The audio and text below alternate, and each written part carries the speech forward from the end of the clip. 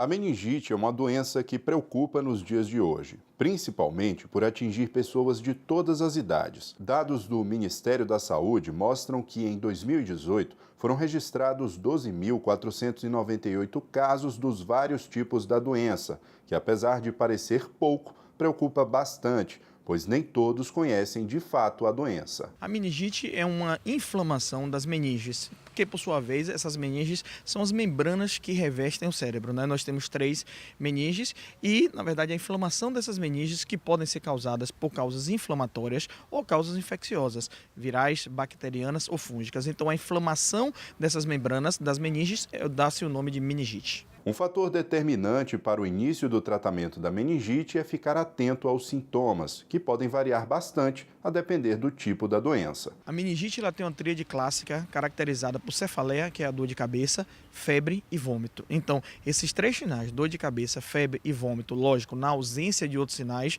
a gente deve pensar em meningite. Criança tem uma particularidade importante. Muitas das vezes, por ela não conseguir referir a cefaleia à dor de cabeça, ela passa a ficar mais sonolenta ou até mesmo mais agitada, mais chorosa, mais inquieta, com gemência. Então, a gente tem que ficar atento a isso também. Um dos sinais mais importantes, mas que tem que chamar atenção, que nem sempre está presente, é o que nós chamamos de rigidez de nuca. Na maioria dos pacientes com meningite, eles não conseguem colocar o queixo no pescoço. Então, cefaleia, que é a dor de cabeça, febre, vômito e essa rigidez é uma suspeita forte de meningite e deve procurar, sim, um serviço de urgência e emergência mais rapidamente possível. A meningite é considerada uma doença endêmica aqui no Brasil. Isso significa que ela pode acometer qualquer pessoa, independente da época do ano, sendo que existem as possibilidades de surtos. Mas desde 2010, os números relacionados à doença começaram a cair aqui no país. Muito disso por conta do incentivo das campanhas de vacinação em todo o país, que ofereceu de forma gratuita a vacinação para toda a população brasileira. Não há contraindicações, só se por acaso houver algum registro de alergia a algum componente do imunobiológico, né, da vacina, aí sim deve tomar com certos cuidados. Um caso recente que despertou a atenção da população para os riscos da meningite foi a morte de Arthur Araújo Lula da Silva, de 7 anos, neto do ex-presidente Luiz Inácio Lula da Silva.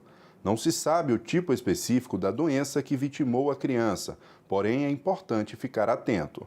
As meningites, né, as doenças infecciosas em geral, elas são mais comuns e ainda podem evoluir de forma mais grave nas pessoas com imunidade mais baixa. Muitas vezes crianças, idosos e pessoas que têm imunidade mais baixa por remédio ou por algum tipo de doença. Então, nessas situações, esses pacientes eles podem evoluir de forma desfavorável. Agora, lembrar que a principal forma de evitar é justamente a vacinação. Não devemos ter medo porque as vacinas são seguras e, de certa forma, protegem sim. Nenhuma vacina ela tem uma eficácia de 100%, mas chega próximo disso, então vale a pena vacinar. Vale a pena também, como dica, evitar compartilhar, né, copo, compartilhar toalhas, compartilhar até as crianças em creche e brinquedo. Uma vez que uma esteja doente, compartilhou um brinquedinho, colocou na boca, o risco é maior de transmissão. Então isso é uma dica importante.